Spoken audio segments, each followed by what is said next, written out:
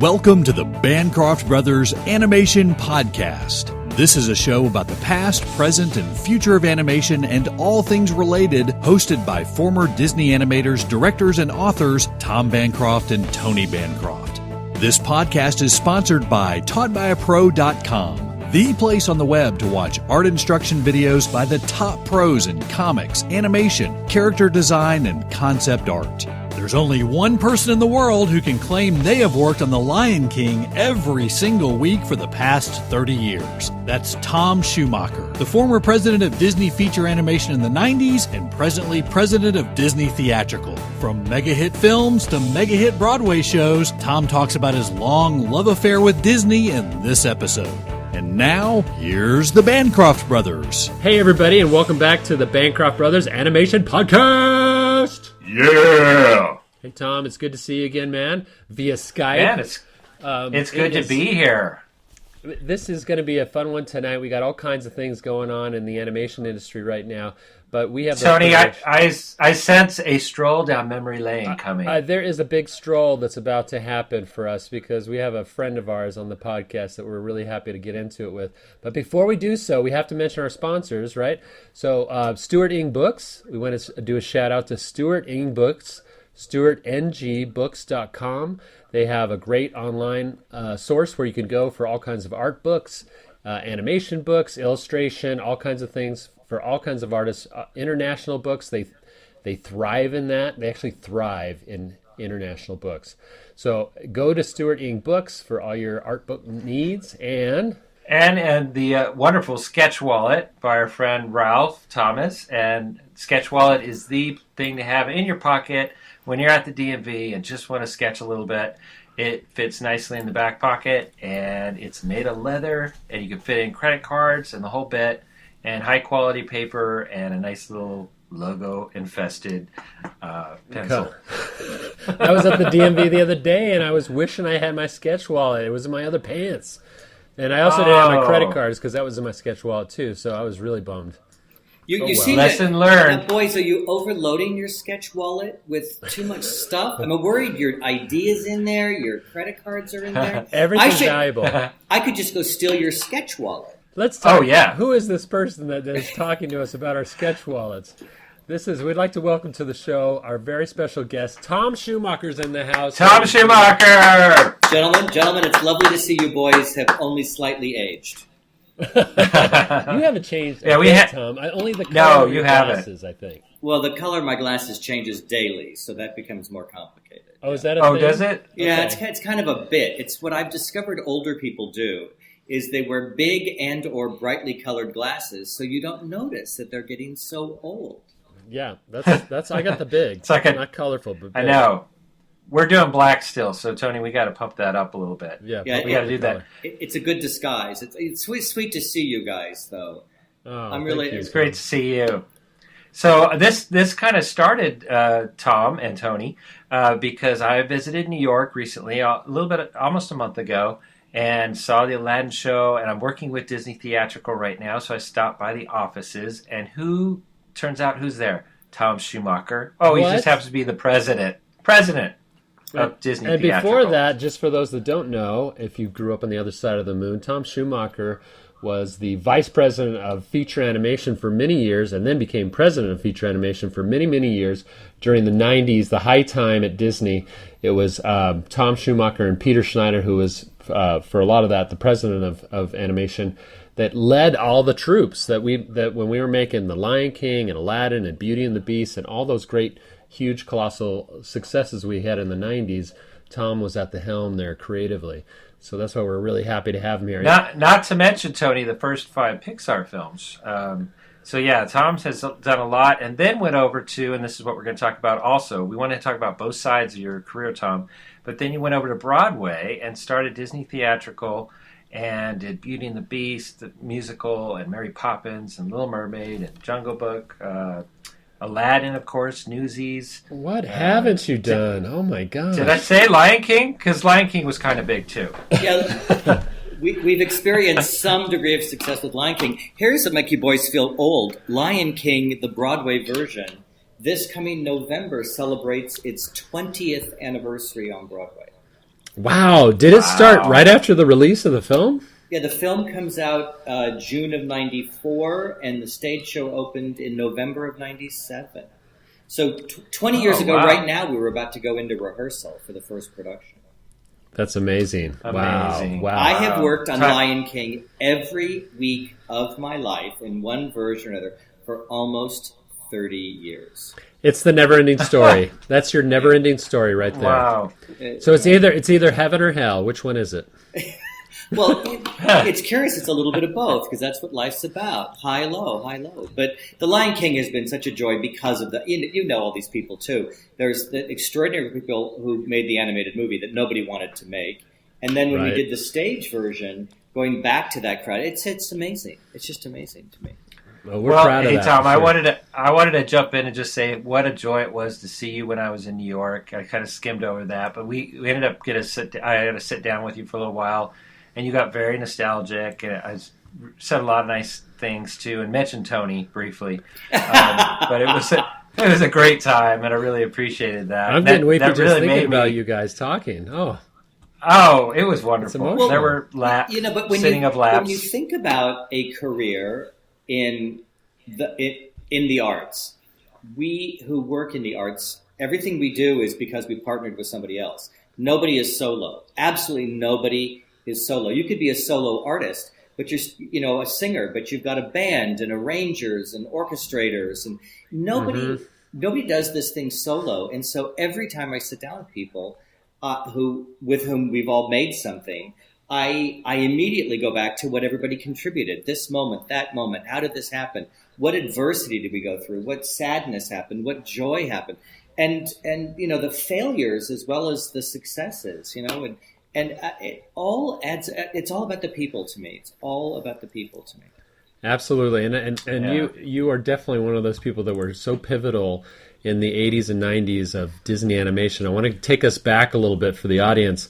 So back in the late 80s, Disney Animation went through some really huge structural changes. There was Michael Eisner came in and Jeffrey Katzenberg. We've heard a lot about that story. Peter Schneider, a producer with a theater background, was hired by Disney to be the president of feature animation. This started a huge change in management philosophy in feature animation. Within 5 years, I would say anyway, of Peter's hire, almost every producer, associate producer, production manager in animation had some kind of theatrical background. Many of those new hires, including yourself, Tom, came from working together on the 1984 Olympic Arts Festival. Remember that? How was that festival so influential for you personally? And why did so many future Disney producers and execs come from the world of theater? Well, sort of a confluence of things happened all at the same time. When Roy Disney, who you guys knew so well and was such a huge, huge part of my life, when Roy took animation back, when Michael Eisner came into the company, a big sort of Roy Disney led this takeover of the company, bring the company back into his family. Michael Eisner comes in and sort of nobody cared about animation, as you know. Nobody was thinking, there had not been a hit in years. And Roy said to Michael, let me see if I could do something with it. And Roy Disney actually at first reached out to a friend of mine and Peter Schneider, someone we both worked with, a man named Robert Fitzpatrick, who was the head of CalArts for many, many years. And Bob had worked on the Olympics. He'd led the Olympic Arts Festival. And Roy said, I need someone, puffing on a Lucky Strike non-filter. He said, I need somebody to... Remember that when you were always with him? Yeah, he was always smoking, right. He smoked, until 1995, he smoked 4 packs of Lucky Strikes a day. At one point, we had a guy with usually a guy, sometimes a young woman, with a spray bottle. And they would have to follow him around the old warehouses we used to work in because he would put his cigarettes out in the potted plants. And that's right. And he would start little fires everywhere. And so someone had to keep squirting to put the fires out. Literally, when they'd say, good old Roy. Put the fires out, we had literal fires in the buildings in those days. Anyway, Roy called Bob Fitzpatrick, and Bob actually recommended his wife first, a kind of real big arts leader in L.A. named Hope Chopik, who later became Hope Chopik Schneider. And Hope wasn't interested in the job, but Peter was interested in the job. And we used to say this thing on the Olympics and coming out of it, that we were looking for people who could do well something they did not know how to do.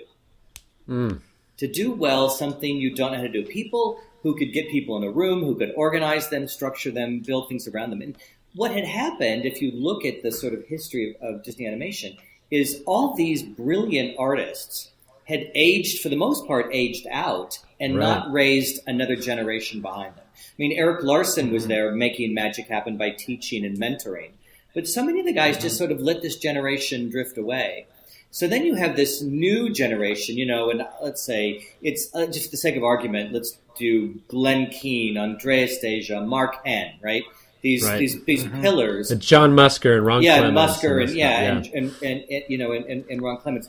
This generation came in who loved it and wanted to do it. Right. But what the void Peter and Roy Disney filled, Peter Schneider and Roy, was a kind of a leadership void of who's going to actually take responsibility for it and provide some kind of structure. Peter actually started, they weren't going to let anyone be a president, so Peter started as vice president, but they gave him a BMW and a phone. And I'm telling you, for us from the performing arts, who lived who ate peanut butter for dinner, Peter suddenly had a BMW and a telephone. In the car. We couldn't believe it. It was the most exciting thing we'd ever seen. That was brand new. Cell phone, the huge really brick. It looked like a Maxwell smartphone. It was literally the size of a shoe. But it's like that. And, now he's arrived, though. He's arrived. Oh, we were very excited about that. And then what happened immediately is that Peter began to call on people that he knew who would be willing to make this change. And so people who I think get no credit, who really revolutionized the thing, like Kathleen Gavin, the things that Kathleen Gavin did to create the production process, like what's the pipeline going to be? How does this department feed that department? How can you keep something into production? How can you put real economic structure around it? Which, Maureen Donnelly came in during that period, another person from the theater. So Peter was calling on people he knew, not because of their particular theater talent, but because of their ability to organize a group of people and keep them moving. And here, I know our listeners are all thinking, but wait a second, this was Walt Disney Feature Animation. It had been around since the, 40s, and they've been making animated films. How did they not know how to work a pipeline? I mean, what was it? Just that everybody had left, all of the production people, and there wasn't really anybody. It was kind of a starting over in a lot of ways, right? Yeah, well, it was a starting over because a lot of people had left. When you look back at directors like Wooly Reitherman, they served as producers in a way. They were managing the whole thing.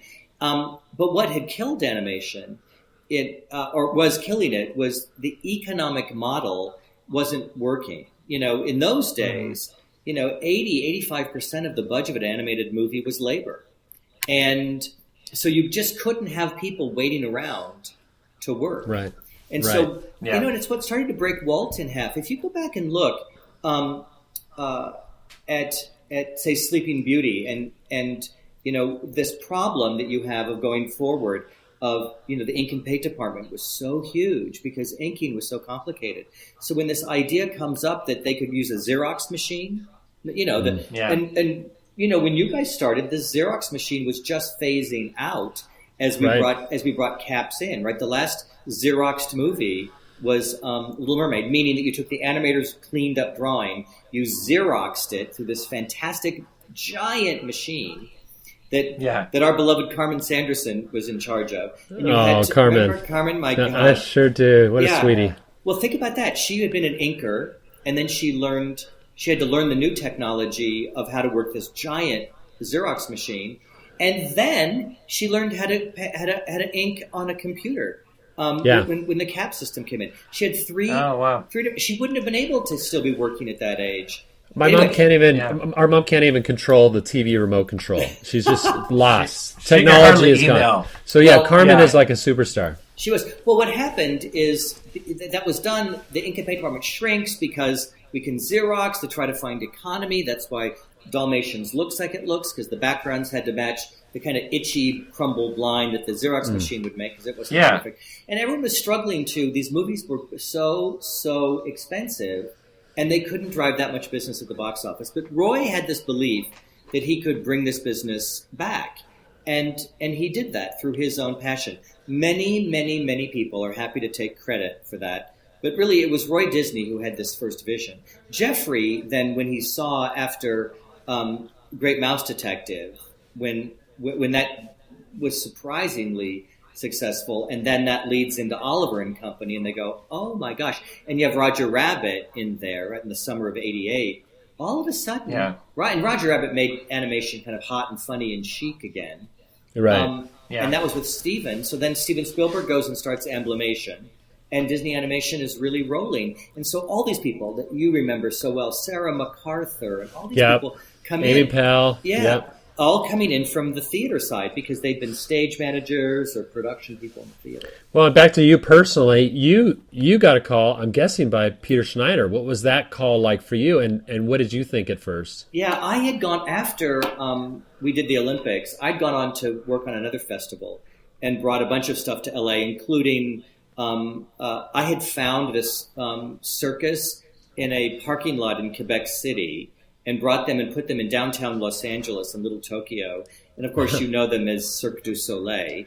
I've heard of them. What? Yeah, sure. Yeah. Guy Laliberte. You made them. Yeah, Guy Laliberte, the founder of Cirque du Soleil, picked me up at the airport in Quebec City in a beat-up white station wagon, holding a little sign that said my name on it. And he drove me out to this parking lot, and that's when I saw Cirque for the first time. And we opened them. They were the opening night of the LA Festival on Labor Day weekend, 1987. Anyway, so I did that festival, and at the end, and Peter and I had been friends all through the Olympics and all through this festival period. And he called me in the fall of '87, and I was going to do another festival. And he said, "We have too many overlapping productions right now, and I can't do them all. Would you want to come here as a producer?" And I think that makes me the first person from outside the company ever brought in to produce an animated feature. And, I would say so. Yeah. That's crazy. And really from a different industry, too. Yeah. I mean, that's pretty unique. Yeah. And that was Rescuers Down Under. And no one told me anything. And so I was in a trailer there on Flower Street, and I just walked into Mike Gabriel's office, and I said, "Hi, you're directing Rescuers, and they're calling me the producer." And then I went into Handel Butoy's office and said the same thing. And then Maurice Hunt came on as art director. And my beloved Joe Ranft, who I know you guys knew really well too. Oh, yeah. And I learned more from Joe Ranft than probably anybody else in this business. And we then we were the project nobody cared about because Mermaid was all happening and everything. And in fact, the first day I walked in, Charlie Fink, who I still see all the time, Fink, who was the head of development, had Gary Trousdale pitch to me a demo way pre-Robin Williams of Friend Like Me from Aladdin, before it was shelved the first time. That production. Wow. Yeah. Isn't that crazy? Very first thing. And now I'm about to open our 6th company of the stage version of Aladdin.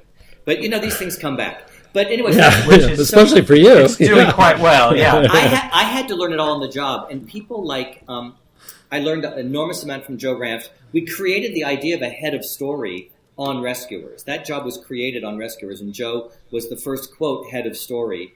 And Joe was in every meeting, every recording session, everything we did.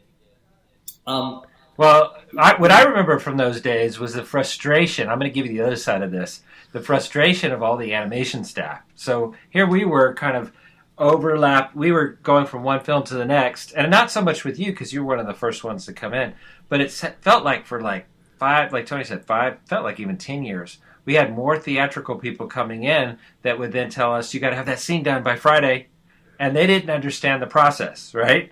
And so the frustration of all the animators was like, oh, here's every new film we got onto, we were repeating, so we knew the process and the pipeline, but we'd have to sort of like teach this new production assistant or associate producer that didn't know how animation was done at all. Well, and they had to learn in a month. Yeah, the Kathleen Gavin pipeline is now used in every studio in the world, I suspect.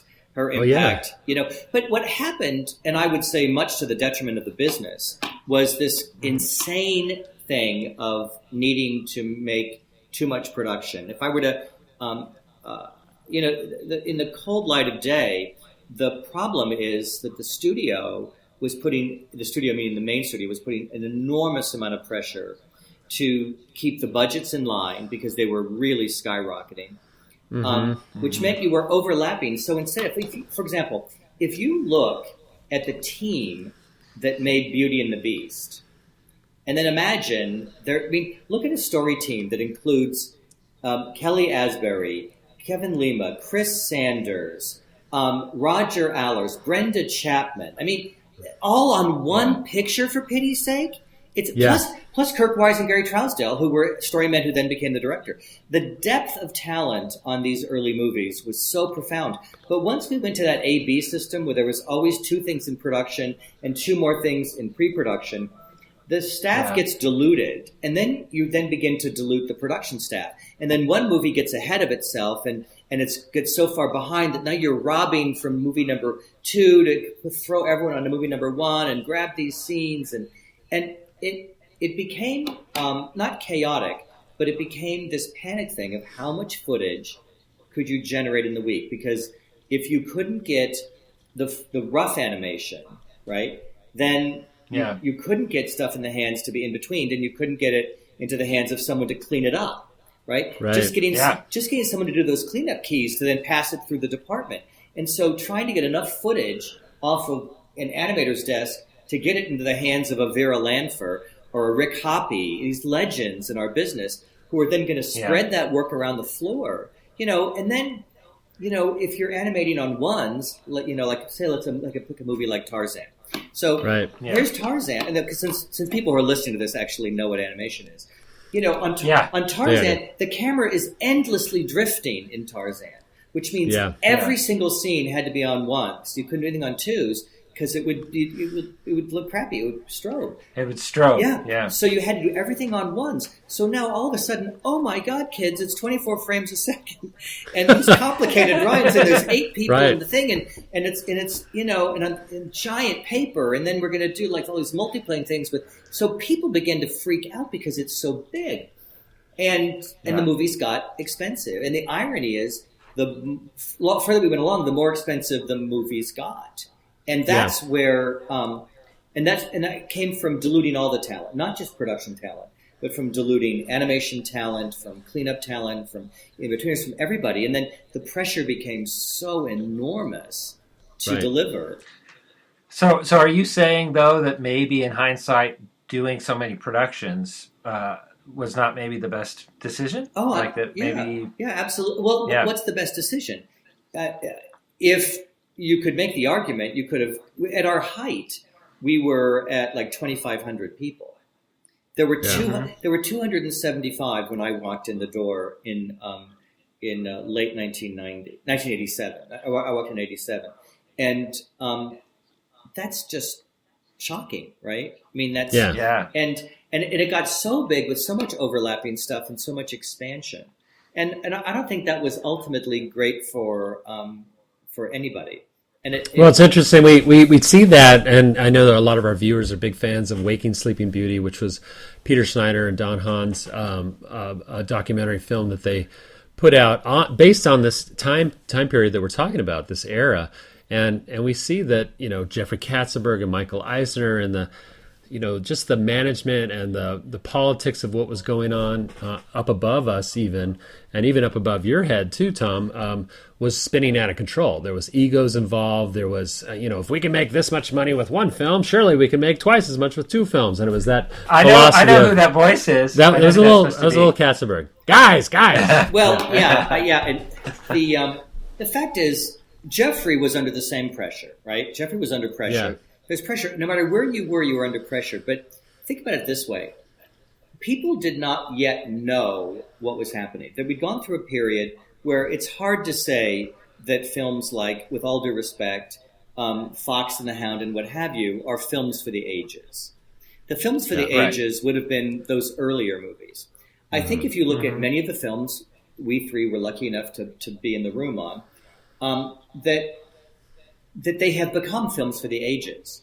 Now, if we had known that, but I think the films were being, they were being seen as just films coming out from a studio, right? Yeah. So and no one's saying that big business, or Down Out in Beverly Hills were films for the ages either, right? Right. But they're big hits, Right. Yeah, but in their time, and nobody thinks about them today. But as Alan Horn, the current chairman of Disney Studios, who I was on the phone with a little bit earlier today, a really lovely guy with extraordinary experience in film and television. Alan always says, ask yourself the question, is this one for the time capsule? And we made a lot of things that were one for the time capsule. And they aspired to be. And some of them didn't aspire to be. And there was no way to tier that. And so the first thing that tears us apart, I think, in a way, is this A-B system, which I think became, and because we expanded the staff so much, we kept building. Do you remember when we had the bounty on people? We would actually, like, if you can find me more layout artists, you an artist in the studio got a bounty, right? And we had That's right. I remember that. Yeah, you got money. Yeah, you got paid money. I got some money out of that deal. I remember that. Did you just I reckon animators too. I think I recommended Tom Banccroft, and I got some money for it.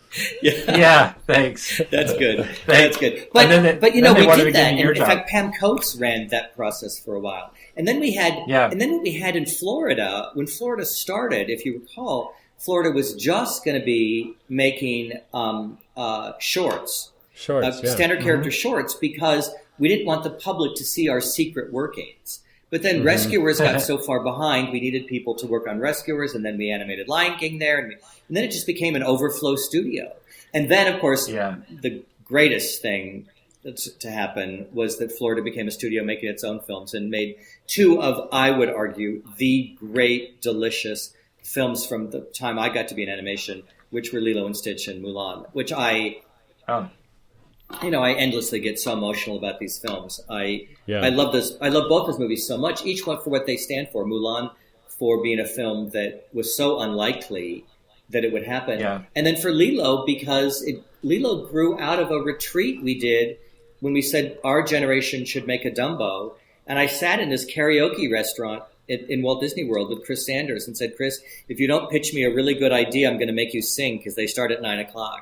And he began he began drawing. I still have a frame on my wall of a Lilo he drew on a napkin there, or on the tablecloth, and I tore it out. It has a red wine stain for cheeks. Nice. That sounds nice.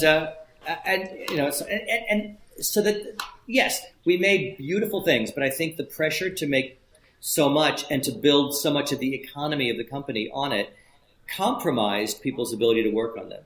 Whereas I was going to throw it back to the Waking Sleeping Beauty. You see the other side of that, which is, I mean, now in hindsight, we're all happy we worked on those films. We're glad they're out there, made Disney lots of money, and now that trickle down is still happening in theatrical. You're kind of living off some of those movies to some degree, still. But the trickle down that we're not talking about is that a lot of people got sick. I mean, they were working hard all the time, and the pressure, like you said, it built on a lot of artists, a lot of animators, hurt their hands and carpal tunnel and the whole bit. It definitely had an effect, but there was also the, how do you keep cranking up that machine so that creatively you're always outdoing yourself? And that's a pressure that we started putting on ourselves too. Yeah, I agree with both of you. I would say the one thing that, if you look at any institutional producing, whether it's an orchestra, orchestras have the same problem today because they keep trying to extend seasons. So if you play for the Boston Symphony and then you play at Tanglewood in the summer, I mean, you don't get that break, and so you're the violinist. You also are going to have carpal tunnel. What made animation different than the live action business is that we did not hire for each movie. Had we hired by film, it would have happened differently. Yeah. But because we had this giant staff, and no one ever talks about it this way, but because we had this giant staff, we had to do this thing which we used to call feed the beast. Right. You've got all these animators on the floor, all these cleanup artists on the floor, all these layout people on the floor, all these effects animators on the floor, all these huge departments with people, as you recall, making very substantial amounts of money. Right. That people went into the animation business back then thinking it was their parents were like, oh, I'm so sad my kid's in animation. And then their kids are making more than their parents ever thought they would ever make. There was a lot of money, changed. Right. It just shifted. because of supply and demand. But by keeping the staff on full time, it meant that you had these crazy periods of nothing to do and crazy periods of working way too much. And you couldn't balance it out. And so the pressure became so great to get movies done on schedule because and in fairness, completely, a half-baked idea has to go into production. So take a film that I love. I love The Emperor's New Groove. Yeah. Right. Love the film. And, I when I speak at colleges now, all I have to do is shout from the stage, "Why do we even have that lever?" And everybody laughs, People, it's very quotable. It's very quotable. But that film, that's a documentary which isn't available, which is so interesting. The Sweat Box. Yeah. We've all seen it online, pirated versions. It goes online, and it gets taken off. It goes online. But if that were a live action film, we simply wouldn't have gone into production until we were ready. But here we had Roger's version, Kingdom in the Sun, Kingdom of the Sun, it kept fluxing around. And we had it, and everyone was waiting for their footage. And so we didn't have a movie. Now, in the live action world, you would have just delayed shooting. But once the world became tent poles, McDonald's Happy Meal toys, all the things that drove the movies to be so big, you couldn't miss a release date. And so it created a dynamic, which if you look at it fairly today, you say, look, we understand what happened. We've got a release date. Mm-hmm. We have to have the movie there. The finest minds in the business were working on it, and they couldn't crack it. And so we were when we had musicals, the advantage of musicals was you could start animating a song. Right, because that would come first, right? You'd get the songs going pretty early. Get one or two tentpole songs, and the whole studio is working on songs while you play catch-up. So that's why you have in Beauty and the Beast, why is Belle not in Be Our Guest? Well, she's not in Be Our Guest because the whole number was animated to Maurice, right? Right. Maurice arrives, sits at the end of the table, and the house is so happy. And then, of course, the story became so obvious, the house shouldn't be happy for Maurice. The song should be delayed and be sung to Belle, but by this time the whole number is animated, so you can't put her in it. So she just goes at the end of the table where Maurice was and basically does his gestures, and there it is. Right? Now, God bless that because it kept the studio going while one of the greatest movies the company ever made got made. But everything was coming very, very late.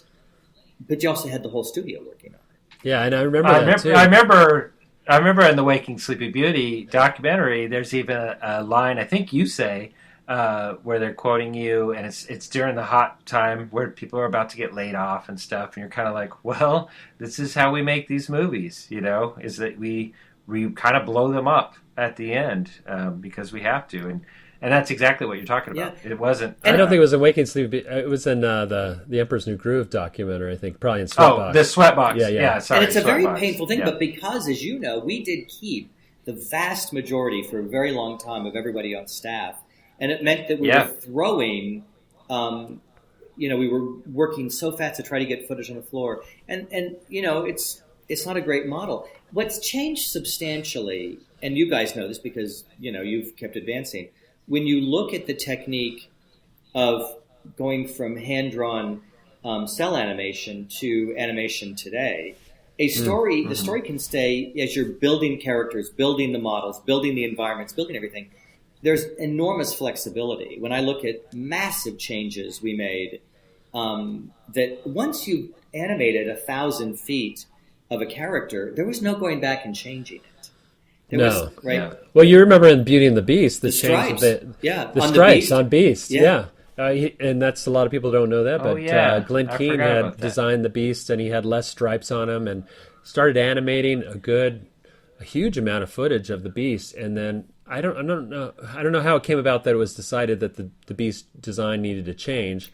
But there was a change, and it got more detailed, added stripes and it went in reverse. It was too many stripes. Oh, was it worse? No. Yeah. That's right. We weren't getting it done. It wasn't getting done on time. It was what Glenn had done is it was too much pencil mileage for the cleanup department, right? So it would take, we would time, how long does it take to clean up one of those Beast drawings?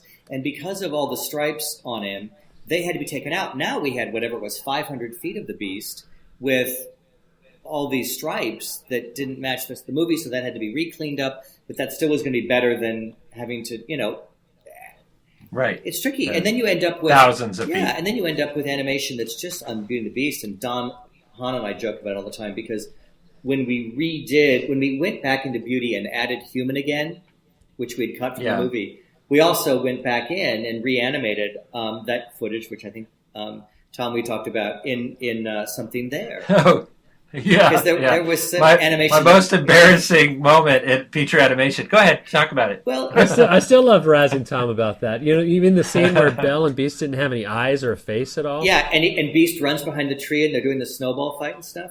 Yeah. It's like, that is the most shockingly awful animation. Because I feel like... Not the animation, the cleanup. Blame the cleanup. But it just was so terrible. Don and I were sitting there watching saying, we'll just have to redo that footage. When you see the live-action film of Beauty and the Beast, one of the best moments in the movie actually happens during that snowball fight. It's an equal opportunity snowball fight now, and it's good.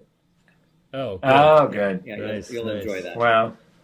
Well, and I remember I was going to IMAX when Beauty and the Beast went to IMAX. It was like there was a whole list of shots that either had weak cleanup or not enough information and detail in it, so that they went back and there was actually a budget applied to actually redo and fix some scenes. And your shot, Tom, got redone. Did you do it though? Did you make the change or somebody else did? No, somebody else did. Oh, man, they didn't even let you do It's funny because, here's a little bit of side story to that, is that obviously I animated it, they were tiny, right? Oh, yeah. So it was what we call booger animation, right? And so I'm animating them this big and like less than an inch, and then it got cleaned up. They blew it up to like 250% or something, but still, they were only like maybe an inch and a half big or tall. And then so they added a little bit extra detail, like you couldn't even see dot eyes and how small I drew it. But then they added dots and stuff like that. Well, they weren't thinking about IMAX. There was no imagining IMAX back then too, Right. and so they thought they did it big enough, but even that wasn't. Even for the normal screen, it still looked bad. But It wasn't. I want to go back to something big that enough. Tony mentioned a while ago. This idea of the person who, I think it was Tony mentioned it. The idea that some production person would come saying, I need more footage. And just as the animator was under pressure, those people were under pressure.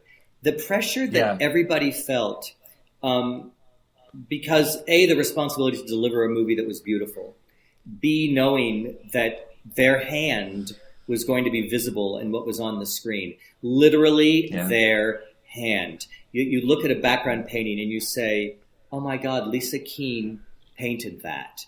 You feel their hand there. I think people... It was their signature style, And I think people felt, an enormous personal artistic obligation to their own growth. I've never, ever, ever been around a group of people who were more dedicated to their own growth than the team at Feature Animation. People who every day wanted to be better. People who admired someone else's work. People would go take a class to say, how can I get better at that? People wanting to be better and better and better at what they do. I remember when Glenn took a year off and went to study at the Beaux-Arts in Paris because he said, I want to draw better. I don't want to be the best guy in the room. And he got his butt kicked at Beaux-Arts in Paris, because they're like, what are you doing? And everybody wanted to be better. And I think the fact that people want to be better and stronger, and that flies in the face of someone else who says, I have to get my job done and I need to get this scene into cleanup. I need to get this scene from cleanup into scanning. I need to get it from scanning so it can be painted because we're not going to make our release date. And we could tell with math that we weren't going to make, on Rescuers, the first ever Caps movie, the system kept breaking down and people were having panic attacks. And the pressure was enormous, just enormous on people. And now I want to get. I remember the animators had a saying, Tony. You remember this at the end? Nobody's going to come up to you at the end of the film and say congratulations on your footage. They're going to say congratulations on your animation, right? So that kept us in line. That mentality of not thinking about footage too much. Well, and there was also the pressure of. I remember hearing this from Will Finn, who was my mentor animator on so many films that I worked on. and he would say, you're only as good as your last scene. That's what they'll remember. You're only as good as your last scene. And it was always a drive to make sure that the next one was even better. Well, sure. And also when you were young, because you guys came in as interns and you worked your way up through the thing, that when you were sweatboxing your first scenes, and then people would say, like, look, you've gotten better. Oh, look at this beautiful scene. Or that you'd get a big laugh, right? Or you'd get a reaction. That if you could get in your sweatboxing that moment of silence of everyone going, oh my God, that's beautiful. Or that moved me. Or the laugh. When you're like on a really well-timed turn or an eye pop or something, you go like, look, I got a laugh on that. And as young animators, which you were, that when you felt that, you wanted to be better. That's my point of wanting to be better. And when you think of just the piles and piles of people who mentored, when you think of, Will Finn, you're a real gentleman of animation. When you think of somebody like a Nick Ranieri, who, always kind of surly and scrappy, who would then make the most delightful magic happen in a scene. And that's what I think about all the time. Everyone trying to be better. But that's set against people who are watching a clock, feeling pressured, feeling like they're going to get fired or they're going to be yelled at. And that just chews people up.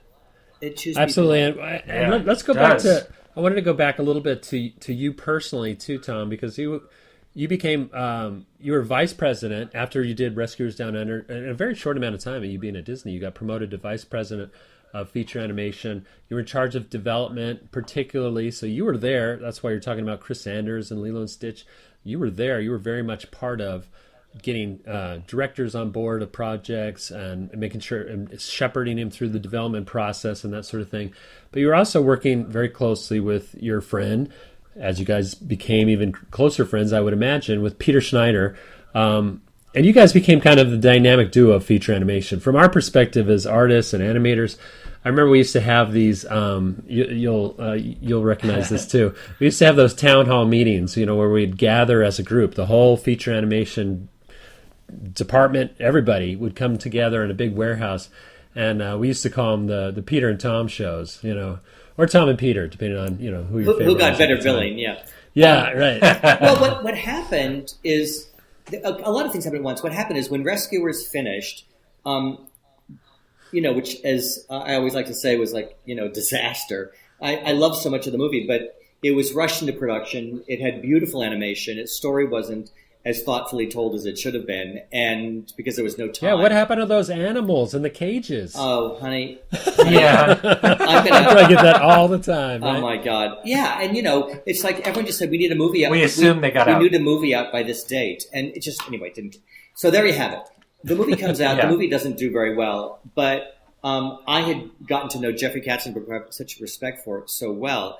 And at the end of that, I got asked to do two things. I got handed a 4-page treatment of this thing called King of the Beasts, which was obviously became The Lion King. And I got and Tim Burton's Nightmare Before Christmas, which was originally going to be animated at Nelvana up in Canada. And so I became the production executive on that, and I had to go find, eventually with Tim, and then Henry Selick came on, and we found the warehouse. And I literally hired a real estate agent, found a warehouse in San Francisco. Henry and I drove a station wagon up to Mill Valley, California, from San Francisco, where we bought Art Clokey's animation cameras, the Gumby cameras. Oh my gosh! Yeah, no way! I didn't know that. I had cash in my pocket, and we bought 5 cameras from Art Clokey, and we set up Night Before Christmas. And then Kathleen Gavin moved up there to San Francisco for a year and a half to oversee it. And then Lion King happened, and I wanted to make Lion King a film musical. I thought they should sing because nobody sang in Rescuers, and it was a flop. So I said, I went to the studio. I said, well, Peter, we should be actually, my husband, Matthew White, said, he said, why don't they sing? And I think he just wanted a better house. So, so of course, and everyone was like rolling their eyes, and George Scribner didn't want it to be sung through. And one thing led to another, and I met Tim Rice, and then Tim Rice introduced me to all these people who said no. Benny Anderson and Bjorn Uvelis of ABBA said no to Lion King, and then Elton John said no, then Paul McCartney said no, then Elton John said no, then some other people said yes, and then Elton John said yes, so I dropped the other people, I went with Elton John, and then once Elton John and all that stuff was kind of happening, then Don Hahn had finished with Beauty, and Don Hahn came on, to be the day-to-day producer of Lion King. And the Africa trip had already happened. All that had happened. Roger Allers had been brought on. Rob came on. George left. Rob Minkoff. Yeah. And then once that had all happened, then I was overseeing development, and then I still had to kind of oversee the Elton John and much of Lion King. But now I had a different role in Lion King. But yeah, that happened, and then we were making so many things, and Peter and I just had to find a way to carve it up in terms of who was going to take what section of it. Leading a development is an interesting and different kind of pressure, because you have that excitement of something fresh and new that's in front of you, and this talented young ragtag of unproven professionals that are joining the team to make it. But there's also that fear of this could be a disaster, and you constantly are having to juggle those two things, right? Well, yeah, and early on, it's so hard to tell, right? Yeah, which ones are going to be the hits and which ones aren't. You can't tell. But for example, it was the summer of '94, and I got a call right before Jeffrey Katzenberg actually left the company. I didn't think it was like sort of August, and I was in Santa Fe, New Mexico, and Jeffrey called me and said, "We've secured the rights to Tarzan." And we were going to make it a TV animation, but I don't think that really makes sense. We should move it over to feature animation. You know, and Kevin had been talking about it, Kevin Lima, our good friend. And so I literally was in Santa Fe, and I went to a bookstore, and I just bought a copy of Tarzan and read it. And once I read the opening sequence of where Kala gives up the baby and how she picks up the young Tarzan, and it reaches out to her, because it's a very sophisticated book, and the baby begins to nurse, right, because she's lost her own baby, so, you know, she's a new mother. I went, oh, it's about adoption. And then Kevin and I sat down, and then right away we knew what Tarzan was about. That it was going to be that was going to be the emotional spine. Who is the family? How does the family work? Set against something you could never do in Tarzan, which is in those days, put the camera on Tarzan's head. That you could, right? And then Glenn comes in with the skateboarding idea. And all of a sudden, Tarzan took a shape. And it was hard to make. And we went to Peter Gabriel, and Peter Gabriel's not right. And we met with Phil Collins, and Phil Collins wanted to do it. And then we're off to the races, and people win Oscars, and the film became a thing that still lives in so many different ways. I was a huge Phil Collins fan. Even at that time, I thought, that seems like a disconnect. I didn't get it. But then you start hearing what he wrote, and it was beautiful. And he wrote beautiful stuff. But then you take a film like Mulan. Mulan started as a really bad idea called China Doll, about a Chinese girl who gets rescued by a white guy on the Yangtze River. And you're like, no. This cannot happen. And Jay Dyer, who was a development executive, had met a wonderful children's book writer named Robert Sanssouci. And Bob Sanssouci had won a Caldecott, the famous children's book award, for his children's book of Mulan, Fa Mulan. And that became, once we had that, then it was really Barry Cook, who fought for the idea that Mulan not be like Yentl. She's not doing it for self-gain. This is the part that no one ever remembers, and Tony, you remember it well, the idea that Mulan was not doing this for herself. She was doing this for her father. And Tony fought for that principle. But and that's a hard time in story to know what that's going to be. I remember that. I mean, you're right. Barry came on a lot earlier than I did, a good year and a half to try and crack the nut on that. But it goes back to whenever somebody talks about how much they love Mulan, and I do get approached by a lot of people that say that how impactful it was on their lives, and we all do, and that's a wonderful thing. You always hear that kind of thing. But I always go back to, it's such a, just like you're saying, Tom, everything that we did and everything that we created was so much about the group, about the people, the artists involved, and everybody had kind of a say and put something into it, and it becomes like, a yearbook. When I watch these movies that we worked on, it just is such a yearbook. I go back in time and I see the faces, and I hear the arguments, and I hear the struggles, and the good, the bad, the happy times, and it's all wrapped up in there. And it's why I think we always refer to these things as our children in a lot of ways. We think of them that way because you build such a regard for it. I remember when I was working on Mulan, there was a time when I was putting so much into it and working so many hours that my wife thought I was having an affair because I was always sneaking off to work. There was a moment where she was just like wondering, like, what, is it really that much? I'm like, well, if I'm having an affair, it's with Mulan. She became such a real person to me. I cared so much about her that I wanted to always be there working on her and building that film. Kind of gross, Tony. That's gross. It's gross. Okay, I'm sorry, but I actually was touched by it. I was touched by that. Oh, okay. Because I was going for tears. Tom. Well, yeah, you got part of it there. It is that idea. When I look at these, it's in the Lilo and Stitch book. I love because it's different essays. So Chris Sanders writes like where the idea came from, and he and I talking about could it be Hawaii, where could it be, and then at the end I just talk about when Lilo says I remember everyone. And I look at these and I remember the scene. I remember the day somebody pitched that idea. I called Brenda Chapman recently, what a hero of Disney animation. Just really, she's great, huge force. And I said, I'm working on this documentary about women in animation, and I need to run like 6 stories by you because these are the ones I always give you credit for. Did you really do this? Yeah. And I said, were they all true? Well, because when I give speeches or interviews, it's fine. But now I'm going to make a definitive documentary. And I think Brenda was so surprised that I remembered specific stuff. But it's the people. And this is what makes it, is I can tell our time's going to wind up soon. But of the sad times, what happened when we were talking, the development is so difficult and so many people had ideas. And then whose idea rises up and what gets shaped? We were talking earlier about going to the A-B system. When we went to the A-B system of 2 films at the same time, plus this huge body of people who could be thrown at any movie to make it, meant that we had way too many people. We were supporting way too many people. Yeah. And so this led to a gigantic layoff that took, a couple of years to make happen. And there were many arguments about how the layoff should happen. Because everybody always said they were happier when the studio was smaller. They were happier when we were on that kind of a pace, when it was more focused. But nobody wanted to be the one who left. Right. So and so everybody wanted, no, you should make more movies so that we all have a job, rather than make less movies with a more compact team of excellence. And so this led to the most bitter period because ironically, Roy Disney, who anyone who knows me knows how close I was to Roy, but Roy at the same time was saying Roy was a huge advocate for cutting the studio in half, just cut it in half.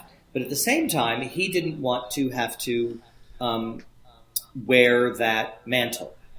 Right. So he got to have it both ways, but we had to do something. Because people weren't happy with it that big, it was too many people. Could we shrink down and be more economical, not of the money on the movies exclusively, but just how we made movies and to create more time for development and all of that.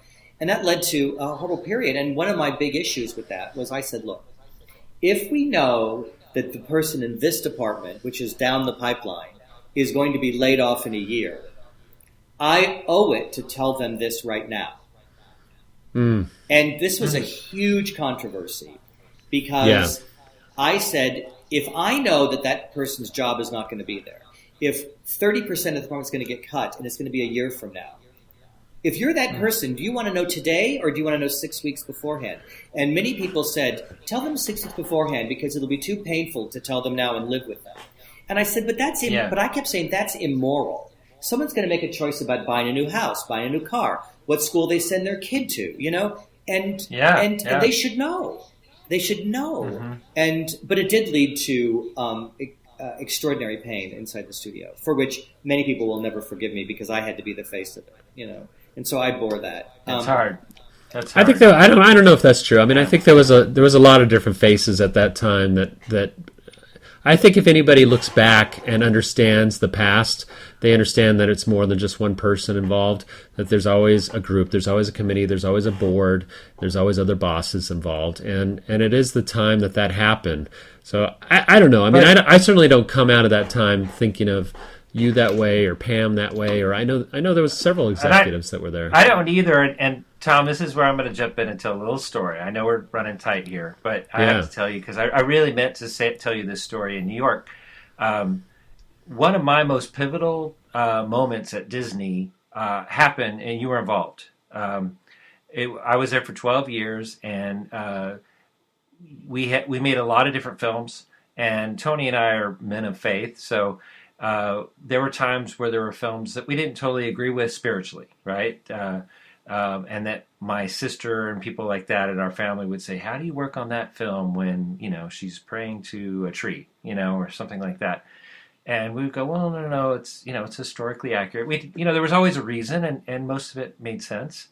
But when we got down to making a short film in Florida that Mark Ken directed, John Henry, and I was one of the supervising animators on it, so I was in a small. It was one of those few times where I was in a really small group. There was about 10 of us or so that had a screening of it at a rough cut, and you and Peter were there. Peter was president, and I think you were vice president of feature animation at the time. And I remember after the screening, after the rough cut, it ended, and Peter just kind of paused, and he kind of looked around, and he said, "This makes me feel uncomfortable."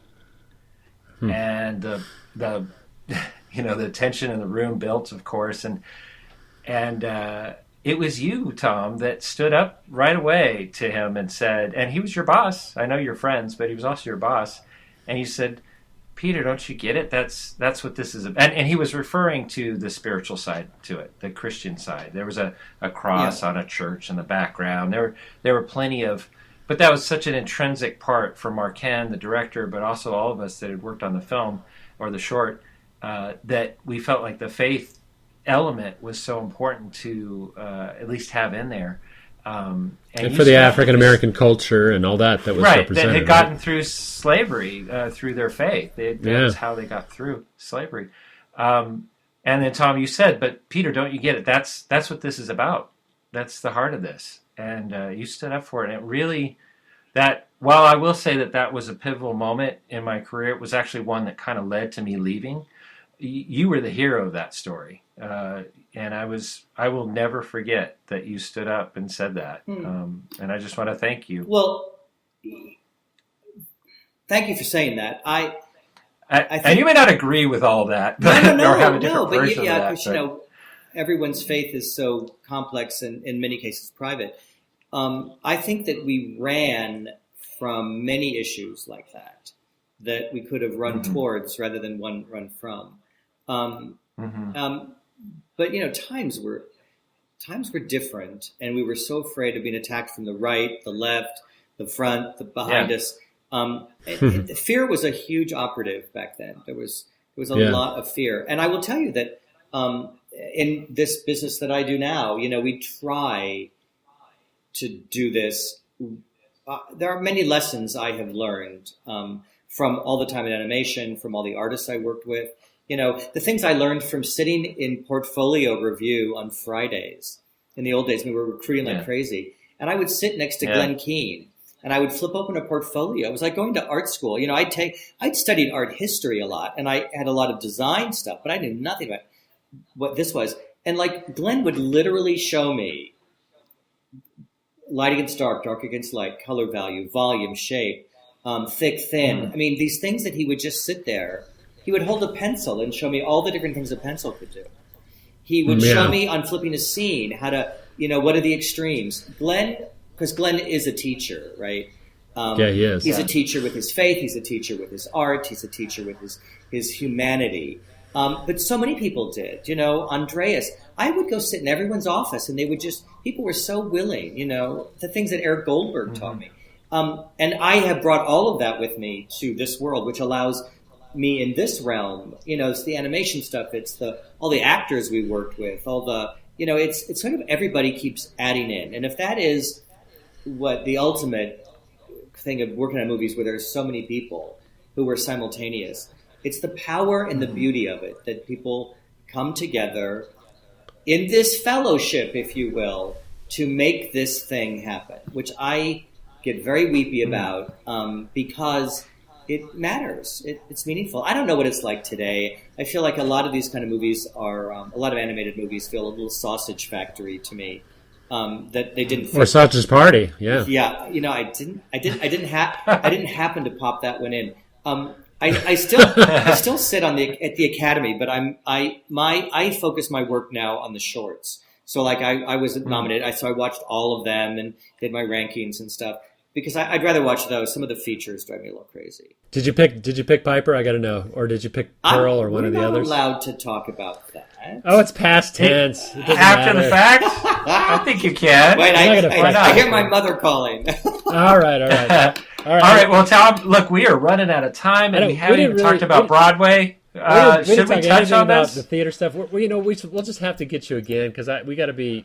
We want to honor your time, and we thank you so much for your time. But we've just gone to town just talking about Disney history, and this has been fun. This has been a lot of fun for us. But let's do this one question. Tom, can you tell us what you're working on now? I know Frozen has come in, and I'm excited about that. Is that taking up all your time? The biggest thing that we're working on right now is Frozen.